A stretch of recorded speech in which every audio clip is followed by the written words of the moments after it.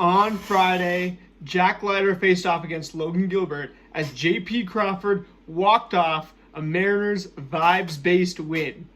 Welcome to the Dom Skiing Channel, your one-stop shop for the Mariners storylines on Seattle's minds. And the Mariners won 4-3 in the bottom of the ninth inning on a J.P. Crawford walk-off bomb. That uppercut Griffey swing and all, J.P. Crawford puts it in the right field seats, and the Mariners win Friday's ball game against the Rangers, split the series at 2-2 going into the weekend, and are 2-0 at this point in the Gino Suarez 2025 post-trade deadline era. Josh Naylor hitting fourth again, Gino Suarez hitting fifth again, Randy leading off, Cal hitting second, Julio hitting third. This batting order, again, worked out in this game, but a 207 expected batting average, out hitting, whereas the Rangers had a 232, they out hit you on expected batting average. You eked out the hits battle on them 7-6 with that JP homer as well. And then you win the game just 4-3. And nobody scores really in the second half of this game. First half of this game, you got the Rangers score 3 runs in the third inning after the Mariners go up 1-0 in the bottom of the second. And Logan Gilbert, has a quality start here. 6 innings pitched, 3 earned runs on 5 hits, no walks, 7 strikeouts on 88 pitches, and 8 hard hits. Now, Logan Gilbert's skills are immaculate. They're top 5, certainly top 10, if not top 5, among starting pitchers in the MLB. He's 6'7", just whipping that ball. One of the closest things I've ever seen to Randy Johnson. However, he gives up more runs than he should, it feels like. Gives up more hits than he should, and it's like, why doesn't he have the same level of stats as like a Skubal, Skeens, Crochet, DeGrom? I think he's getting to that point, and I think he's going to have that type of year next year for sure. It's his contract year. Not that that is the reason he would, but he's only throwing 4 pitches right now. It seems like he's just the most talented pitcher by far. In this division that's not named Jacob DeGrom.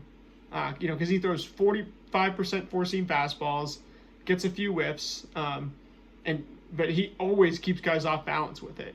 He used to be throwing to high 90s, now he's throwing high to mid 90s, but he says straight up, yeah, I can just, I feel like I can pitch just as well with 96 as I can with 99. I can just locate a little bit more and, do some other things well. It's like, well, geez.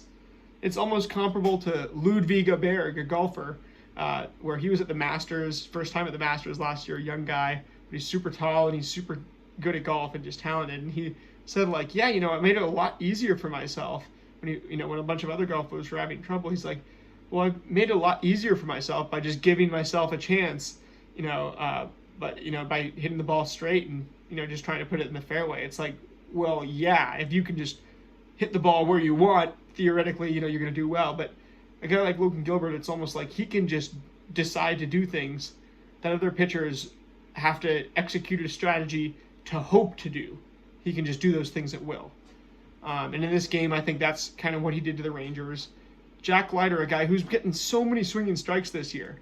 The talent is there. 19 swinging strikes on 92 pitches. This guy has enough swing and miss stuff, it feels like, to be an ace. It feels like a Mackenzie Gore a few years ago, too. 88.4 mile-an-hour average exit velocity, too. Jack Leiter pitches a really good game here, but he only goes 4.1 innings. Has to throw 92 pitches to do so. He does get the 7 strikeouts, but walks 3 guys and allows 3 hits, too. So he ends up giving up the 2 runs, only making it through 4.1 innings.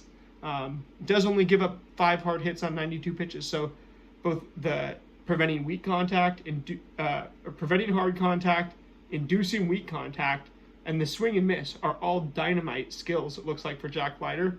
And he could just be a few tweaks away from being an all-star next year.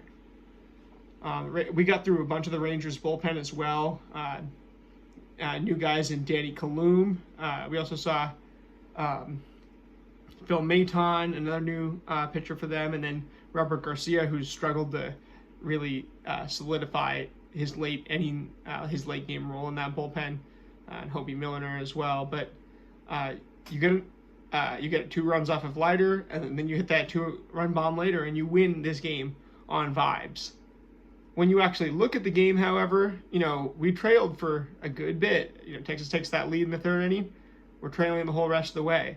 And save for the clutch moment, it looks like we were able to go up against an amazing starting pitcher, get him out of the game early, chase him, get the pitch count up, do the same thing with a bunch of relievers. But we were still down until we had that clutch performance at the end. And I almost feel like this lineup is not, and this is the last thing I want to, I'm doing is saying that the Mariners are not, I'm not lower than consensus on this lineup, I don't think. But when I hear people say, like, this is the best lineup in the American League and stuff, I see this, right? I see how well the Mariners supposedly play in this game, and still, Logan Gilbert at will to a Rangers lineup gives up 3 runs because baseball is a weird game where stats normalize. And it's, if we can play this well and still almost lose to a team that plays only this well against us, I feel like having Ben Williamson helped us control the game script a lot more, and not having him, and specifically not committing to that style of approach too, by committing to putting him in the lineup and committing to this, vibes-based, let's go hit home runs and have the best players and all-stars kind of approach. I just don't want us to lose sight of the fact that we need to have that scrappiness. If we want to be a hot lineup who just is churning through opponents and who really feels like, it gets on a big long winning streak and it feels like we just know how to win baseball games as a lineup, I feel like this lineup almost isn't better than the sum of its parts, the way that a lineup with a pest is.